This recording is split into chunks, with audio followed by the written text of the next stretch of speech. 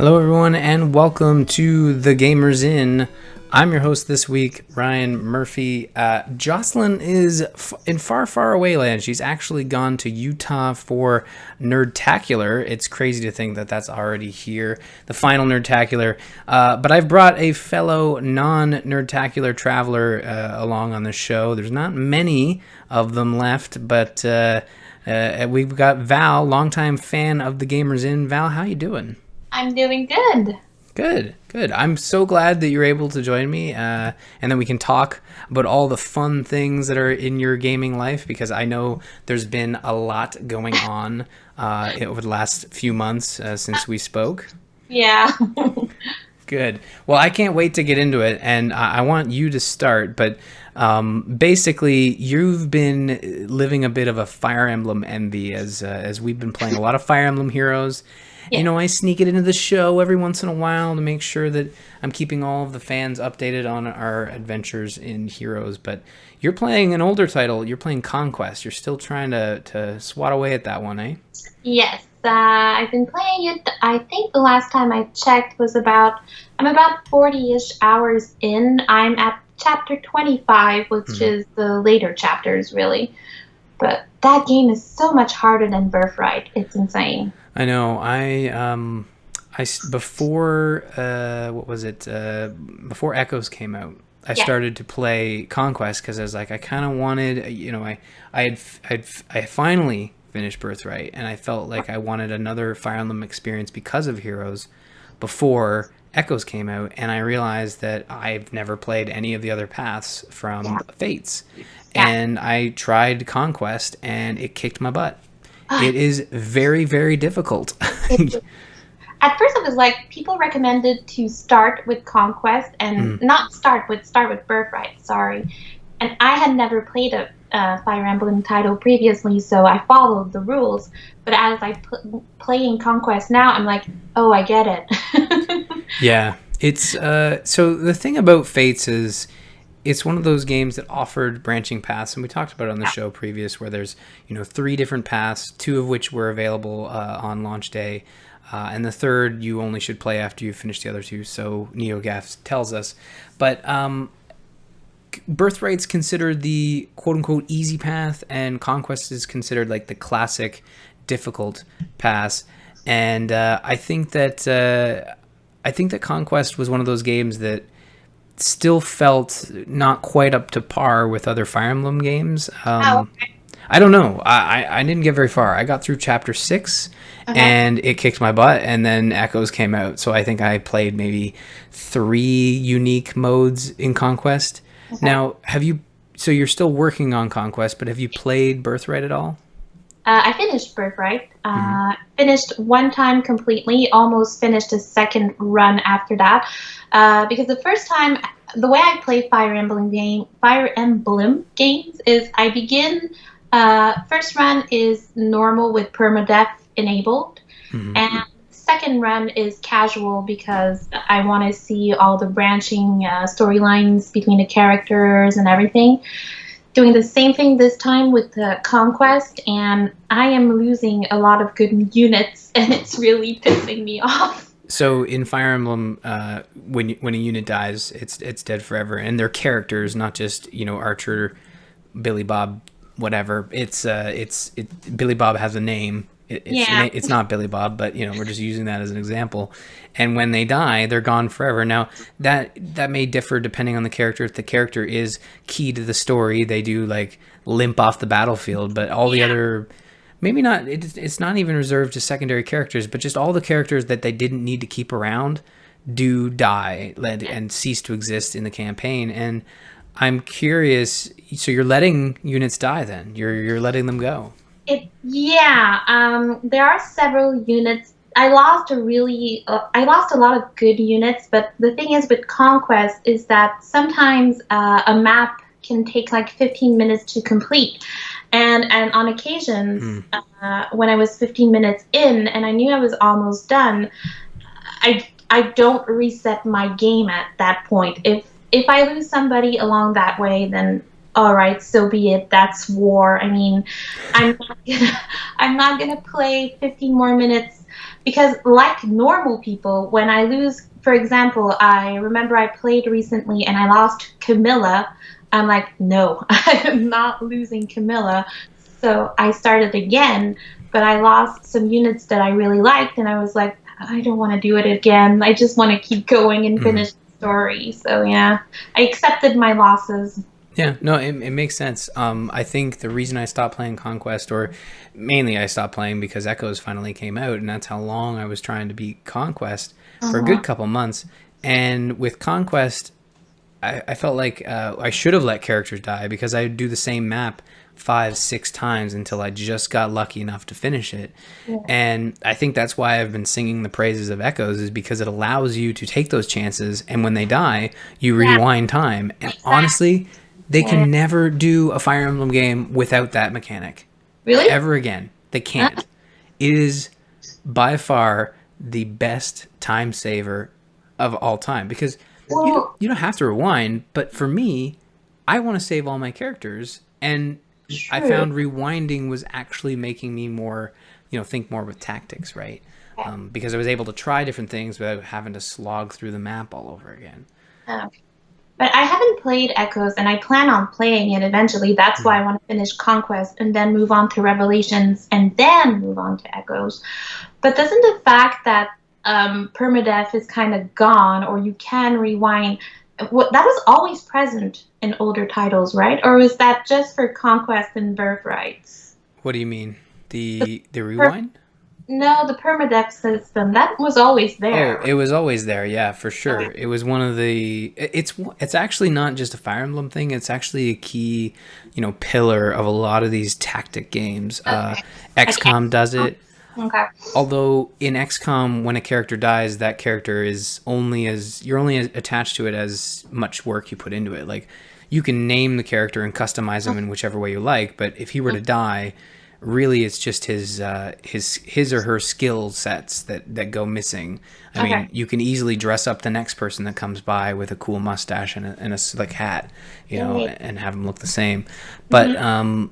yeah, no, I'm glad you're still playing Conquest. I think those Fates games, Awakening was just so huge, and Yeah, then I finished Awakening too. yeah, and Awakening was just so big a deal for the Yeah. series that when Fates came out, I felt like it was just bloat. Like just there was a lot of it all at once, Yeah. and I got lost in it. I barely finished Birthright and then started to play Conquest, and I Well, love Fire Emblem, but I felt like it was a bit too much. I started playing it because you talked about it Hmm. on the gamers, and I didn't even own a system. I didn't even own a 3DS. I rented a 2DS out of a mom and pop rental store that I have here where I live, and they were kind enough to let me rent the 2DS at the same time as the cartridge to test it out. And I played it for a week, and I'm like, okay, I'm getting a 3DS. This is really like really fun and really my type of game because I really like the whole idea of the two kingdoms fighting each other, and you can choose one path or you can choose the other. I was, like many people, annoyed by the fact that it's 3 games in total. That's like a cash grab for Nintendo, and I wasn't too happy about that. But I feel like the games are different enough in terms of gameplay, and even at a certain point in terms of story, that they're worth the price mark if you're willing to pay it. Yeah, I didn't get far enough into Conquest to start to realize the differences between the story. I mean, the story was definitely a differing path, and the way the characters approached their different scenarios was very evident. But I don't think I got far enough where I was coming across missions that were incredibly different. Like I think where I ended very early was where you go to the ice tribe and Mm-hmm. try to stop them from fighting, and you do the exact same thing Yeah. sort of with the other one. You end up fighting them, but it's for a different reason. You're like, we Yeah. want you to team up, and I'm like, no, you're liars. You're Yeah. actually the bad guys. Okay, let's fight, and that was about it. I think that what I discovered, and I might be wrong, fans of the who have played it many times will probably correct me, but I think Conquest is Birthright backwards. You're going to Hoshido instead of going to Nor, so you're doing the path backwards. Hmm. So once in Conquest I start moving towards Hushido, then it should become different. And I don't think that happens until probably right after the mission that I just finished. And, I dig what Conquest is offering, but I'm still working my way through Echoes. And the characters in Echoes have actually started to, grow on me. What I'm actually doing, and this is going to sound silly to everybody, but if you're a listener of the show, you know that I've done this in the past, but I'm actually playing on the treadmill and, juggling between headphones and my phone, and it's incredibly dangerous. I don't know how I haven't fallen on my face yet, but I don't know. Just it's how I'm rolling on the treadmill right now is with the little echoes, and it's all voiceover, of course. So whenever some important dialogue comes up, it's like, all right, switch the old headphones out of the phone and stop listening to the podcast into the 3DS, and let's get going. And surprisingly works quite well, and I'm enjoying my time with Echoes, even if it feels like I'm running towards a carrot. But I mean, I play Fire Emblem on my stationary bike, and I have trouble playing it sometimes. How the heck do you hold a 3DS on a treadmill? It's like I did a lot of treadmill with the controller. So basically, with Fire Emblem, it's about coordinating. Making sure, okay, I just need to not fall for the next 5 seconds while I queue up the next move. And then you go two-handed, and then you go one-handed and run for a stretch, watch the battle, and then pick it back up. It's like any other game, like Hearthstone or any other game that people have played on the treadmill in the past. It's just you queue up your move, take a break, focus on running. Oh, time for my next move, do my move, focus on running. And that's basically what I'm doing. It's not a perfect system. I'm sure like a lot of people, are probably looking, it's like, I'm a gamer. And even I know, Ryan, you just need to go outside. It's beautiful out. I know you live in Canada. I know, but that doesn't mean it's snowing all year round. It's the end of June. Yeah. It's been raining a lot, guys. So here too. Yeah. So I'm inside on the treadmill, but I promise you eventually I will be getting outdoors and listening to podcasts. So I'm not going to listen to the outdoors, but I should probably see it every once in a while. Don't you want to listen to the birds, Ryan? No, around here it's not mostly birds. It's mostly just random kids screaming. So okay. Suburban life. So Fire Emblem Conquest. Have you been playing much Heroes lately, or are you out of that? I'm out of that. I tried it, but I liked it at a certain point. But every single time, well, for me, I tried pooling heroes a couple of times, and I got a couple of doubles, and I was like, I mean, it's so hard to get those orbs at one point without paying for them. Yeah. That I thought it wasn't fair to always. I got the same archer dude. I forgot his name twice. Viridian or Virimian. Exactly. I got him twice. I'm like, I'm already not using him. I don't want him a second time. And I got Crom at one point. I was really happy about that. I want to go back to it because you guys play it a lot. They play it a lot in the Discord channel, and I keep hearing about it a lot online. Mm-hmm.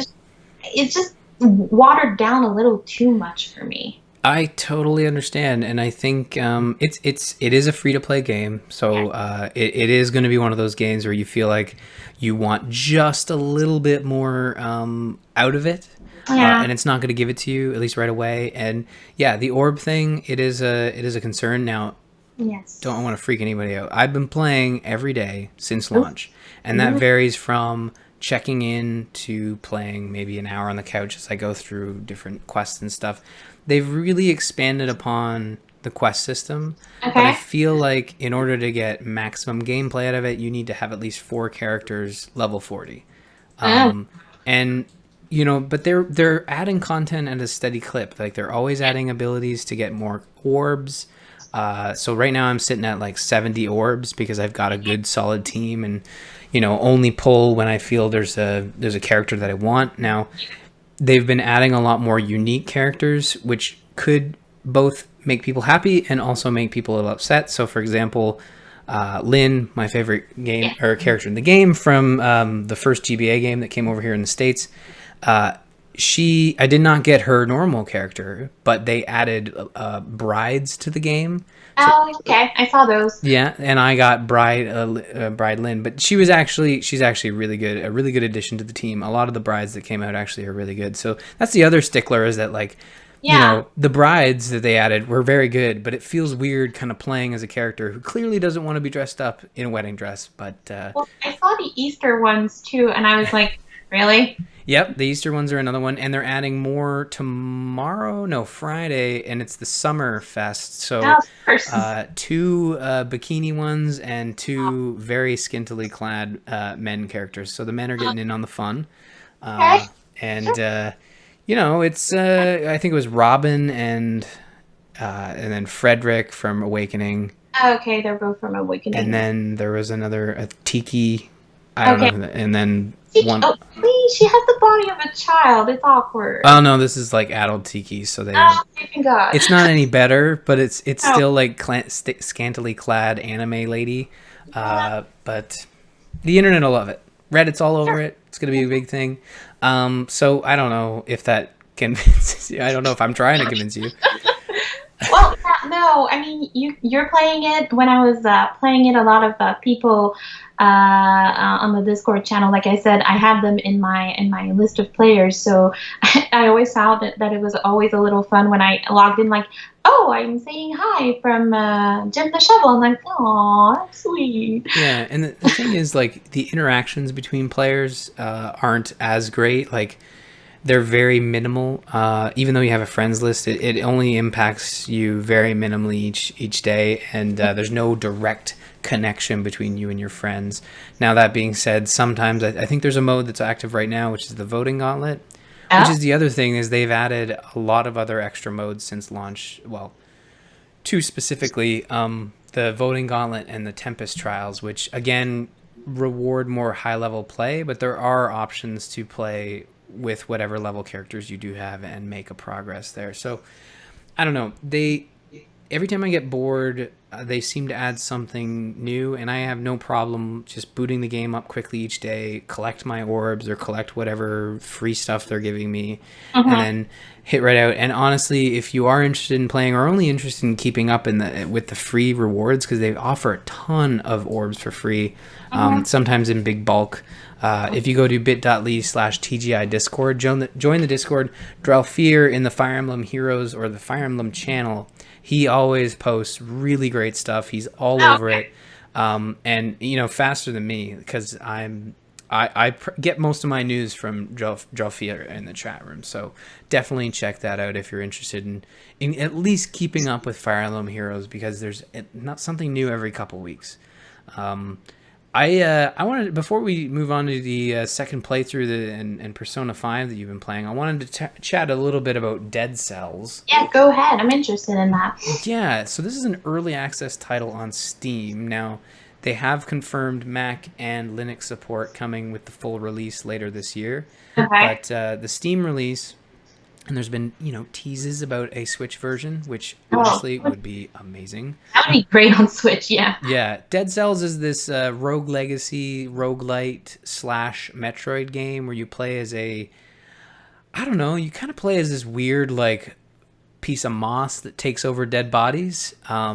And you have to traverse this Metroidvania-style map as you slay demons, collecting cells, and making your way through the map. And when you die, you reset to the front of the map, and you lose all of the power-ups that you've gained. So the point of the game is to collect as much power as you move forward, collecting these cells that act as a currency to unlock permanent upgrades.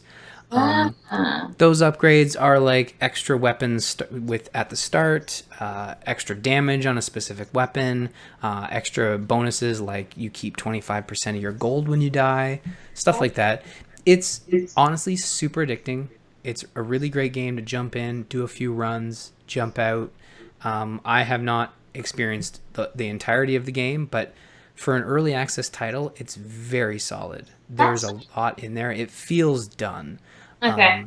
If it weren't for the early access sort of message at the beginning, you'd probably think like, this is good to go, guys. I'm wondering, I never purchased an early access game before. Did you buy it full price or? So it is, well, right now it's on sale for 15% off. Now it is full price. So early access is a program where most of the time, I believe, the game is offered at a specific price that it will then be at launch. Okay. Think of it this way, you're pre-purchasing a game, but instead of waiting for the game and giving them all your money, I they're see. giving you the stable version that they have for you to consume at right now at this time.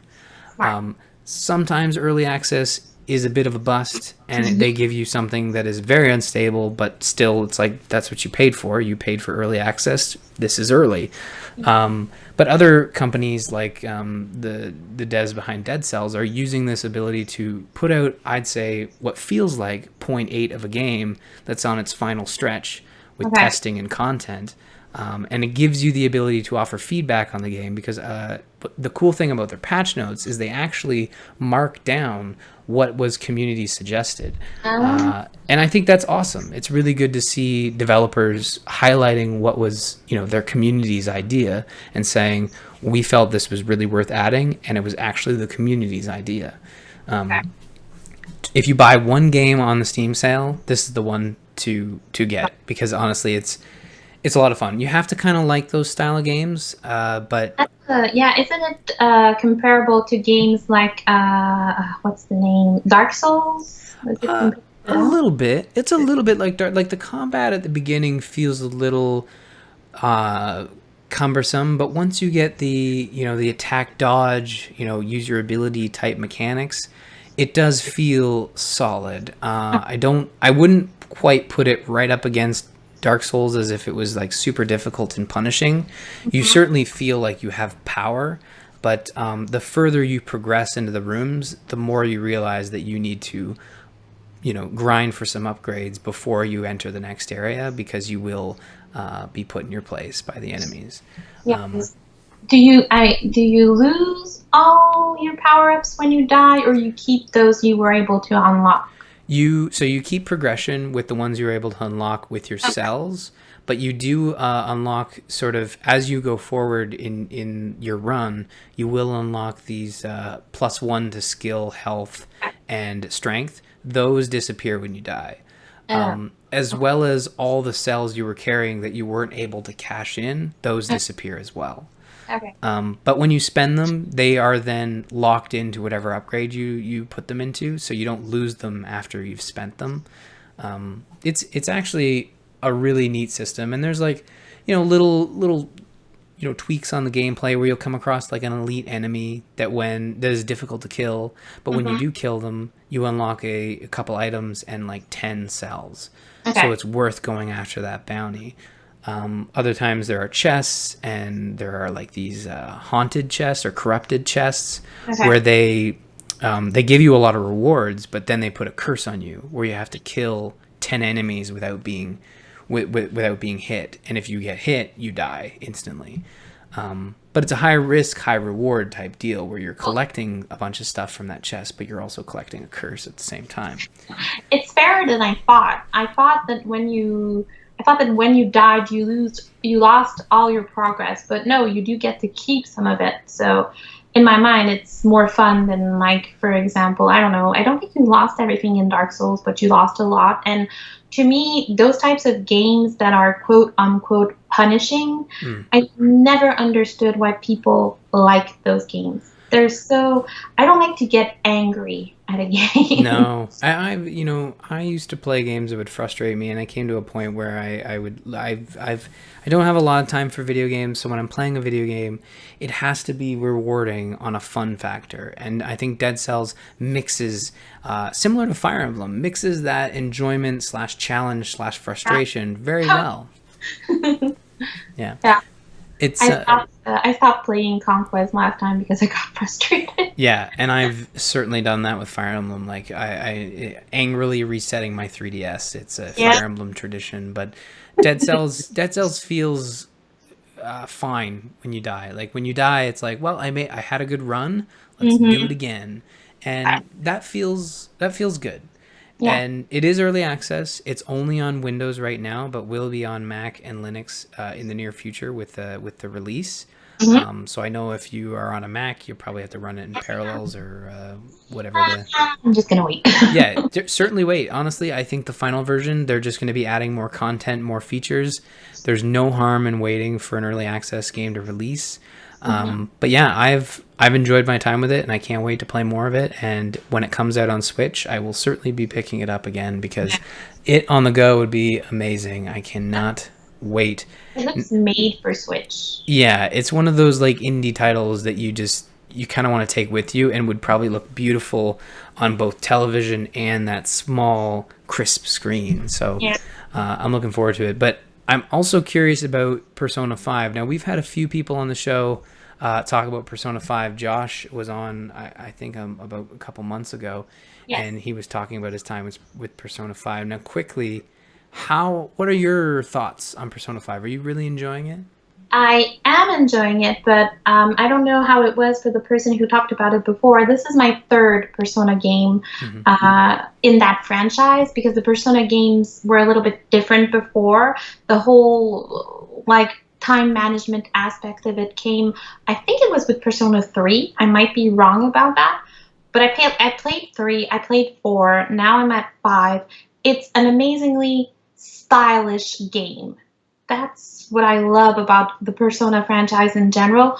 The menus are stylish, the loading screens are stylish. Even when you talk to your other teammates on your cell phone, the menu is really cool. Those games look great.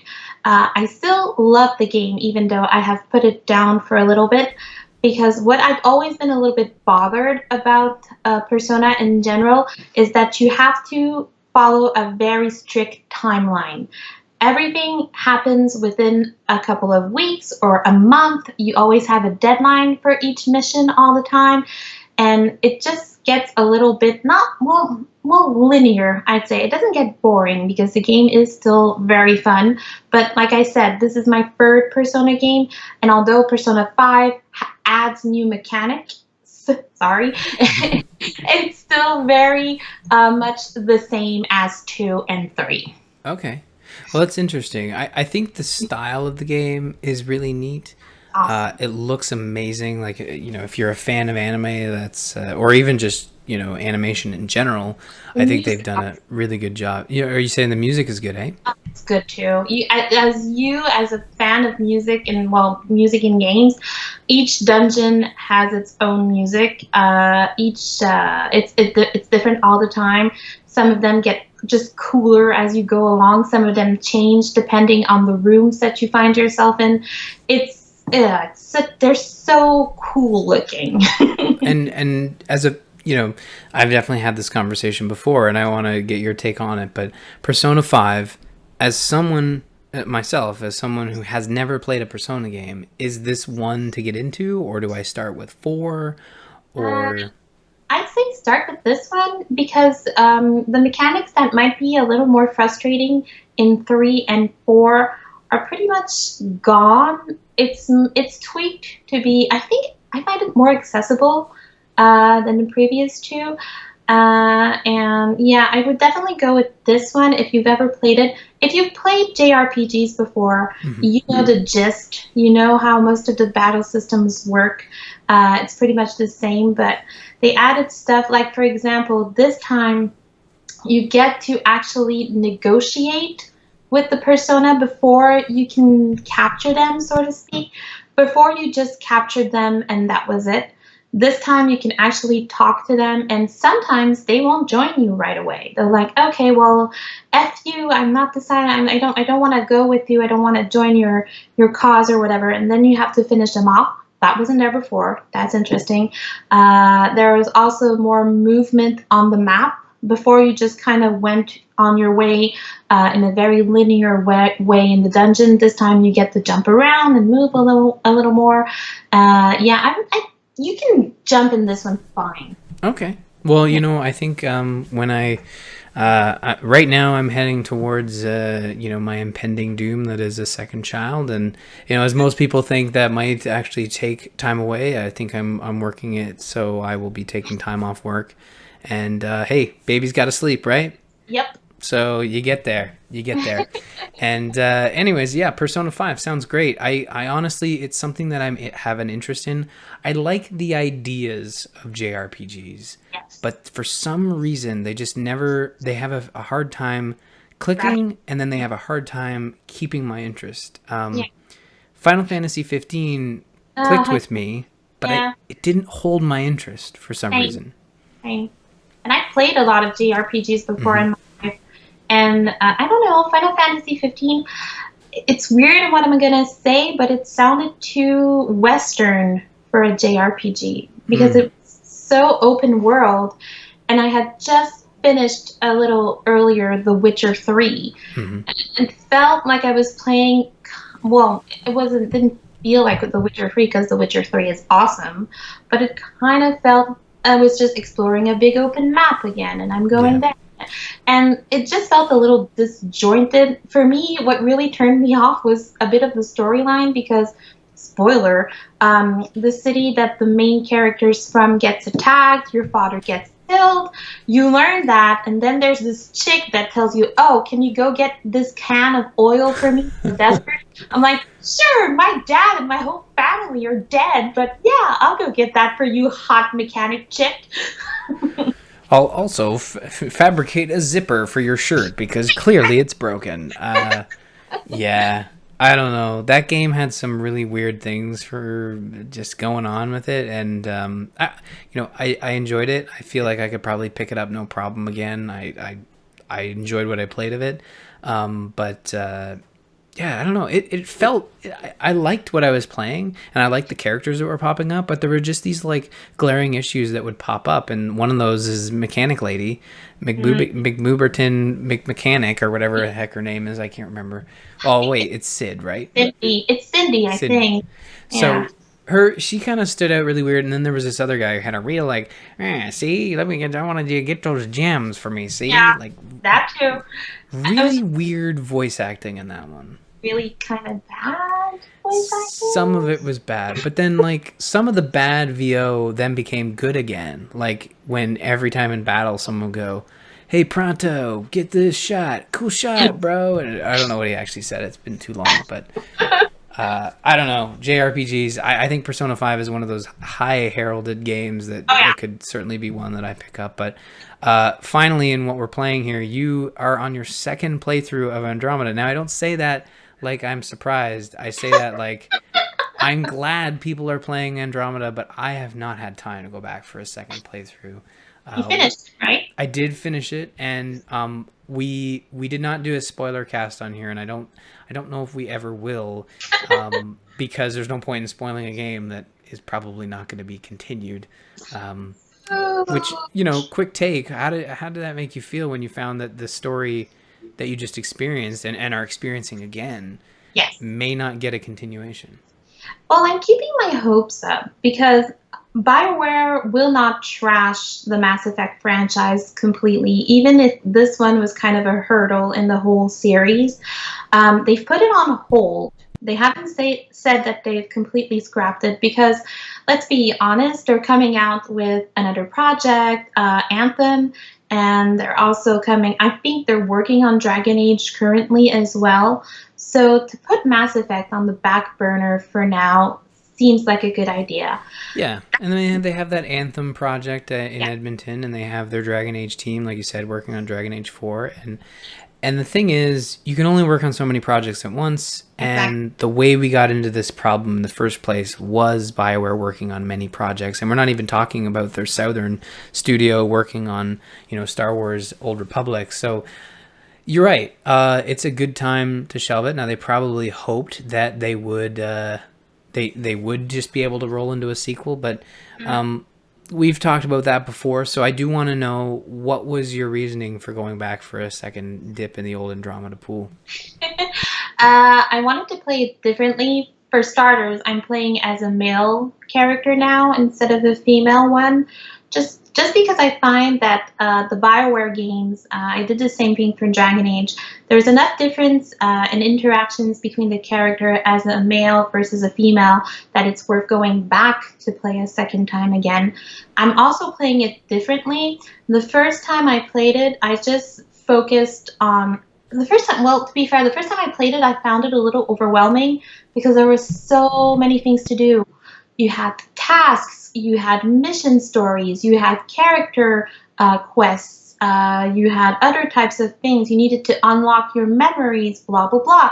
This time I've decided, okay, I'm just going to do one planet at a time. I'm going to do what I can, the most of what I can do on one planet, get it to 100% vitality. Then I'm going to move on, maybe advance the story a little bit more or talk to my characters a little bit more. But I like the gameplay. I mean, the combat was fun. I also like the whole idea of being able to switch between your powers. That was really cool. You're not tied down to being a biotic or you're not tied down to being an engineer. You can actually use that a little more. And I also needed a break from, like what I said, from the very linear way of Persona. I'm like, you know what? I kind of want to hop back into my spaceship and just go wherever I want to go again. And that's why I started a second playthrough. I think I'm like 30 hours-ish in my second playthrough.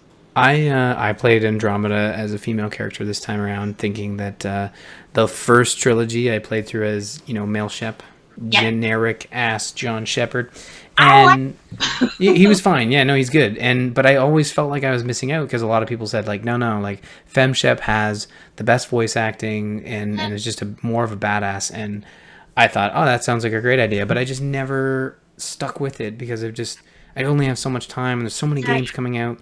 Mm-hmm. And with Andromeda, I actually really enjoyed playing as Sarah Ryder, and I enjoyed the story and I enjoyed where it ended. And I was thinking like, yeah, like let's do some more in this galaxy. And just I'm like you. I'm holding out hope that it makes sense that they will continue the Mass Effect franchise is not dead. Even if it takes 6 years to go back. Like, look at what happened at E3 when Nintendo announced Metroid Prime 4. Like, no franchise is dead. Yeah. When it comes to these big franchises, I mean, I'd say Mass Effect is probably one of the highest regarded, franchises that BioWare has. Yeah. Well, I am sad, although, that no story DLC has been announced at all, and that's surprising for me. Yeah, BioWare is usually like pretty snappy on that, and honestly, what I was pegging as the DLC coming out would have been pretty great, and which is the other arcs that launched late. And they set it up with the ending. I mean, exactly. That's what I was going to say. The way they set it up in the end of them was like, yeah. And there's also the whole thing with the Angara. You learn a big spoiler about them, like a little towards the end, and that isn't really explored further down the line. No. And I was like, oh, I want to learn more. Yeah, like, but those, that and the very ending scene felt like this is sequel material, but the Quarian arc distress signal or warning, this is getting into spoiler territory, but honestly, this has been covered elsewhere. And honestly, it's not a spoiler because they explain it very clearly at the beginning of the game. It's like, oh no, like those ships launched late. Yeah. And the way the game works is that you get there and then you're like 7 years late or however long.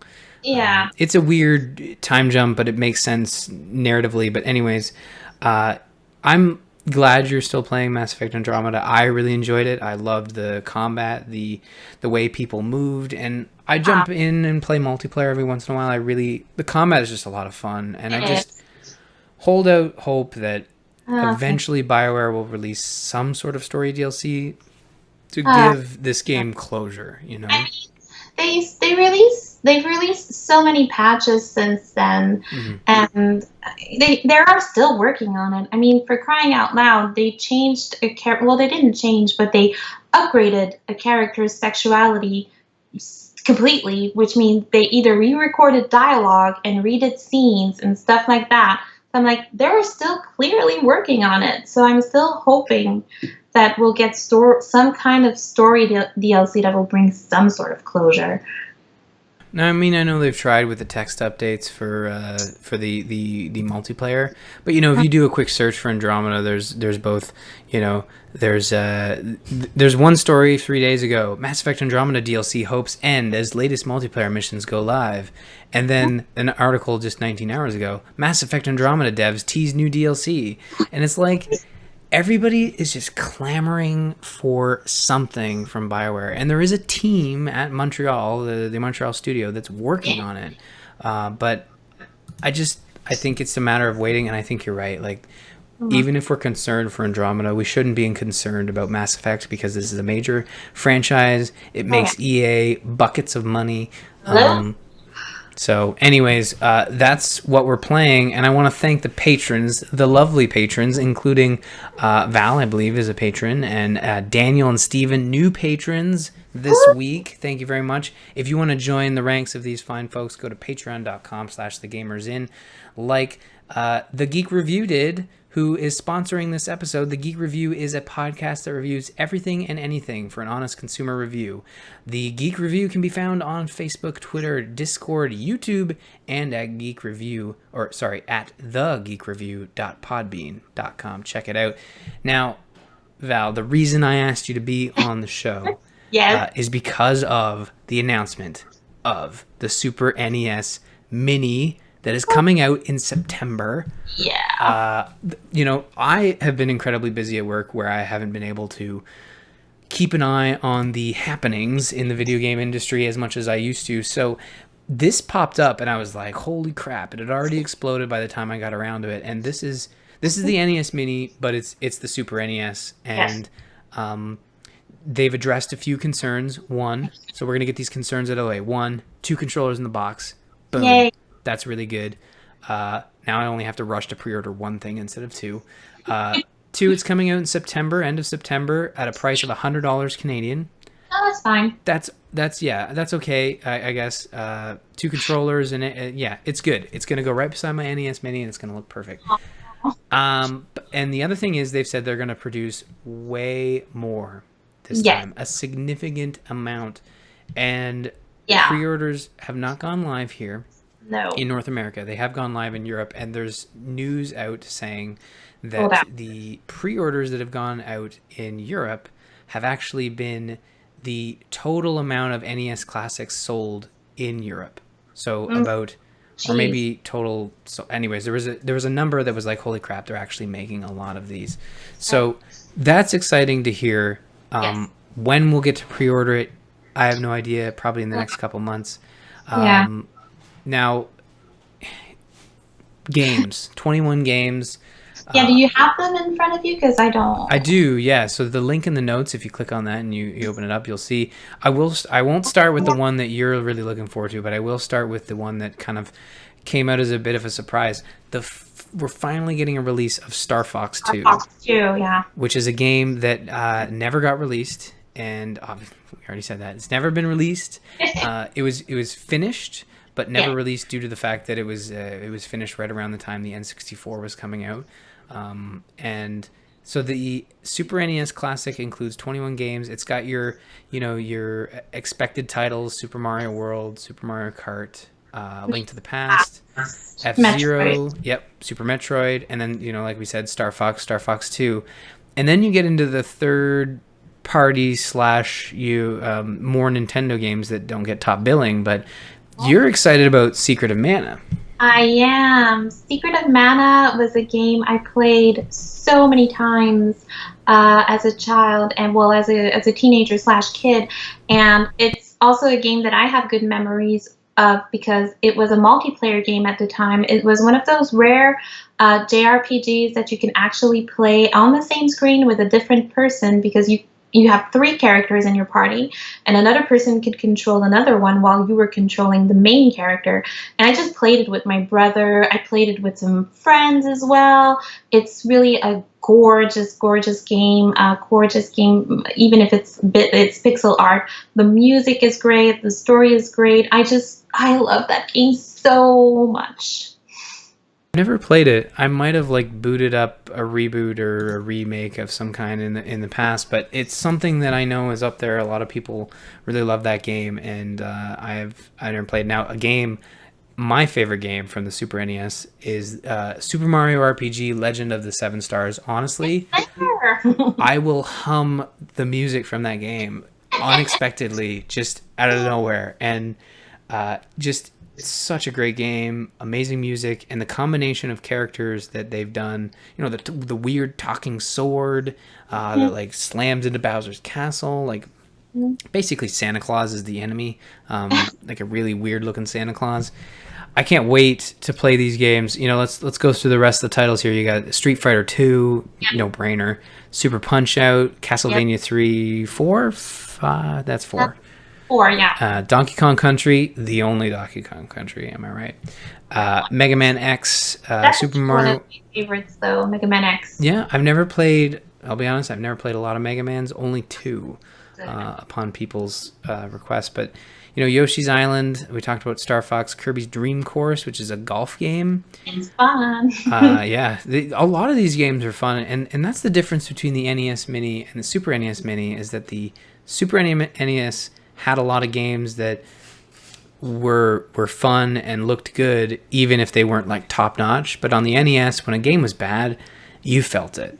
Oh yeah, pretty hard. And a lot of these games that they've listed here, Super Ghouls and Ghosts, Earthbound.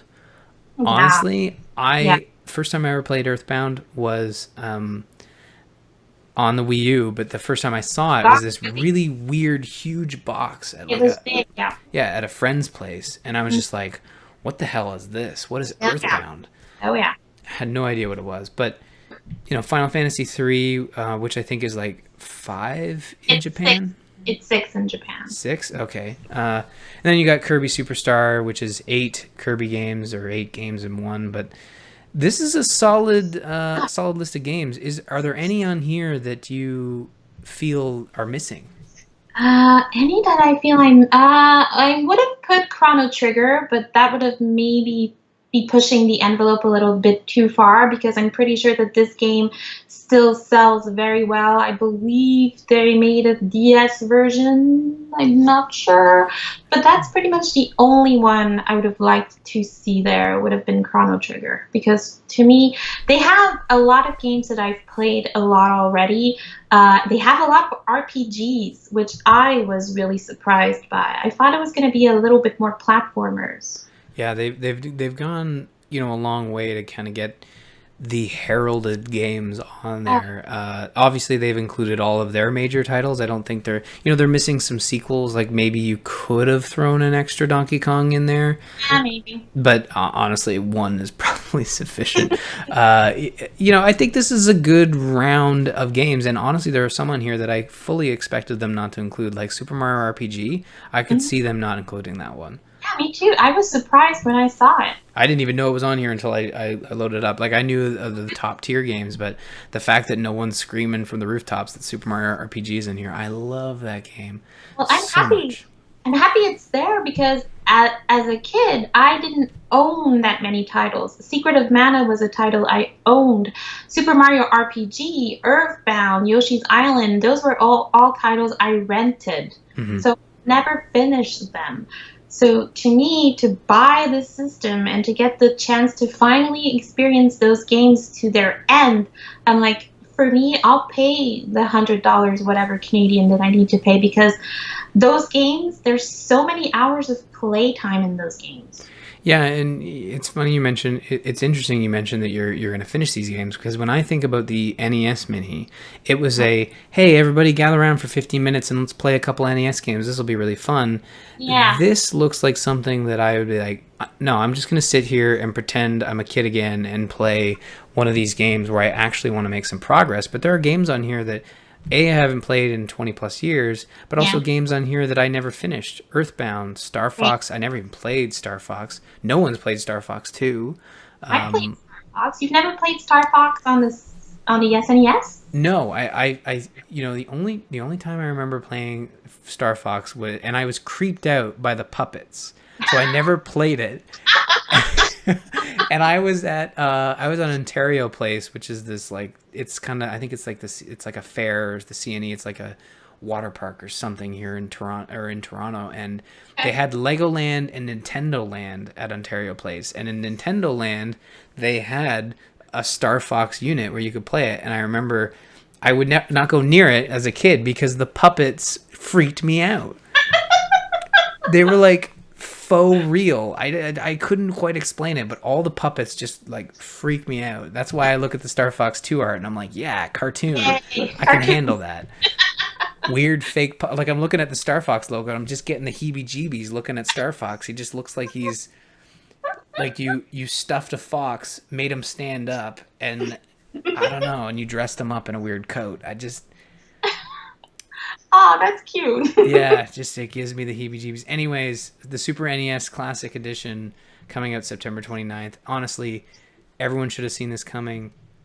I was in EV Games on Tuesday picking up one of my Link Amiibos. They launched 3 of them this week. I'm looking at them right now. But I was talking to the EB Games guy, and he was kind of like frustrated in that like this is another Nintendo thing that they're not going to be able to keep in stock. They've already had people bounding down to the store to ask them about when they can do pre-orders, and he was shocked to find out that, you know, people are actually able to get pre-orders in Europe, and I'm hoping that in the next couple weeks they launch, you know, pre-orders in North America, and then we start to get an idea just how many they are going to have of these for September. And they are planning to stock them throughout 2017, so they will keep manufacturing, which is good. That's a good solid 3 months of manufacturing. So I don't know, how confident do you feel in your ability to get, you know, be able to get one of these? I mean, I've never been the type of person who like stood in a line for a console or a game on launch day. I've never pre-ordered a game before in my life because I've always been able to get them on launch day, either at the local store I go to here or the Walmart or whatever. So to me, I mean, I really want to like, if they tell me, okay, pre-orders will be online at 2 a.m. Canada time, fine, I'll get up. But it was so, you got an NES Classic because you did that. You did something similar to that. I mean, I really, really, really want it, but it seems so difficult to me to get one of these. And I've been reading a book, like I mentioned in the show notes, that depicts the whole war between Sega and Nintendo. And Nintendo has been, I'm sorry, I'm going to curse, but Nintendo has been pulling this shit for ages. They've been doing it with the cartridges. They've been doing it with their old consoles. They always manufacture a limited amount just so that they can keep control of the market. When I was reading it, I'm not done with it, but as I was reading it, I'm like, those bastards. And I've always been a Nintendo girl all my life. And now I'm in the book, I'm really rooting for Sega because they're trying something different and they want to bring the conglomerate that is Nintendo down. But with this, I'm like, yeah, they're making more, but I'm not really keeping my hopes up. Yeah, like they're making more, but are they making enough is the real question. Because I feel like a lot of people wanted an NES Classic and a lot of people didn't get one. And you're right, the reason I got one is I knew Best Buy was putting their pre-orders up at 12 a.m. Pacific time, which was 3 a.m. my time. I set an alarm for 2:30. Yeah. I remember that. I woke up, I was in my house coat, and I'm sitting on my computer, and I'm like, all right, well, now it's time to wait for 3. And it was, you know, it just feels, you know, weirdly wrong, you know, and very consumerist and just kind of icky, like sitting there like I have to wake up at an indecent hour and sit here and pre-order something because I wants it. And you know, it's a cool item and everything, but you kind of have to look at everything like this and say, like, I want it, but do I really want, like, I will not stand in line for one. I will wake up at an ungodly hour to pre-order it online, but I will not go into a store. I hate asking retail staff, like, do you have this? When clearly you know they don't have it. You know, and I mean, I did ask the EB Games guy, like, oh, are you going to be taking pre-orders? And he's like, man, we've been getting asked that all day and all week, and I don't know. And you just see the sorrow come on their face, and you bless their hearts that they're not going to get angry at you because they know you want one as much as as they do. And Yeah. one can hope that Nintendo has stated they've learned from their mistake. They're leaving money on the table, so hopefully, and they're charging more for this one. So Yes. hopefully they know that if they can sell these for $100 a pop, they got They to make more. they will. I mean, for me, there's no question that they're going to sell. Especially since people have been bitching that there's no virtual console on either the Switch. Is there it on the Wii U? There's a fairly healthy one on the Wii U, but nothing Okay. on the Switch. The Switch is the virtual games that they were going to be adding, or virtual console games, got delayed into 2018. So yeah, there's none. And EB Games guy had an interesting theory where he thought that the Super NES Mini will come out. It'll drive interest in Nintendo's classic games, and then they'll launch something on the Switch like, okay, we also have our virtual console if you want to buy Super Mario World: The Link to the Past to have on your Switch. And honestly, that's a great strategy, and I'm surprised that the NES Mini was something that filled a gap, because Yeah. they weren't going to get the Switch out in time. Yeah. But I feel like the Super NES Mini might be just a great advertising tool for their Switch to say, like, you didn't get a Super NES Mini, how about you go out and buy a Switch and then get these games? But that's the other thing. You can't even walk into a store and buy a Switch. Nope. There's none on shelves. I've looked for one, and I was like, they're not available anywhere because since E3 rolled around, I'm a little bit more interested. I was never really big into Mario, but Super Mario Odyssey is interesting to me. Yeah. I also want to play the Fire Emblem game Warriors, I think. Yeah, Warriors. It's on the DS, sure. Well, 3DS, but I want to get the whole HD shtick, so I want to get it on Switch. But where am I going to get a Switch? I see them often popping up. A good place to, if you are interested in getting a Switch, is subscribing to some subreddits. Amiibo Canada usually posts when some are available. And then if you're in the States, the Nintendo Switch subreddit usually posts when they're available. But they occasionally pop back up on different retailer sites. But yeah, honestly, I think Nintendo's one of those companies that is just, they've perfected the limited release of stuff, and I would take that back. They haven't perfected it, but they've gotten to a point where they minimize damage to themselves and minimize public damage. But the NES Mini was one of those where they didn't achieve either. They damaged their company, and they damaged the reputation they have with consumers, where it's like, we're not going to get excited about something that you're going to produce 5 of. I have a coworker who tried to get the NES Mini, oddly enough, for her husband's grandmother, because she played a lot of games growing up with her grandson, and a lot of them were on the NES Mini. And I showed her on Slack the link to the Super Nintendo Mini, and she was like, "Oh no, I'm not gonna fall for this again. Nintendo screwed me over trying to get the NES. I'm not gonna try to get this one." And they've made a bad reputation for themselves. She's not a quote-unquote gamer, but for people who don't know video games as much, or are trying to get it as a gift, or maybe just to try out the games, they're like, well, no, I've been screwed over before with the classic NES. I'm not going to do it this time around again.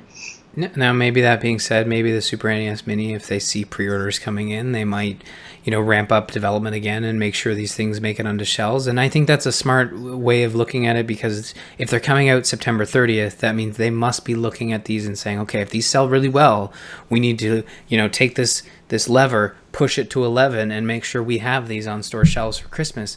Because if they don't have these on store shelves for Christmas, my gosh, that is such a crazy mistake. I'm gonna riot. yeah, exactly. Well, we'll keep an eye out, and as soon as pre-orders go live, we will certainly be tweeting them. But Here's hoping. I might buy one before I tweet it. We'll see. Anyways, this next that segment was brought to you by Simon, who is our patron ad, and he says, Weekly News Desk is a podcast all about the geek news this week.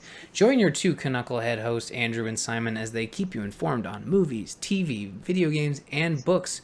Val read a book this week. I did. I haven't read a book in a long time, and that makes me feel bad. So I need to get on that. You can find Weekly News Desk on iTunes or at weeklynews.com. That's gweeklynews.com. Speaking of books, Embrace the Spoilers Game of Thrones Season 7 Kickstarter has been funded. This is Jocelyn and Garrett's project where they spoil Game of Thrones. Valerie, are you into Game of Thrones? I watched the first episode. Quick story, I bought the first box set of the first season because I was interested in it. Kept hearing about it on your podcast, kept hearing about it on other geek podcasts. I'm like, well, I like Lord of the Rings and that shtick, so I'm going to try and pick it up.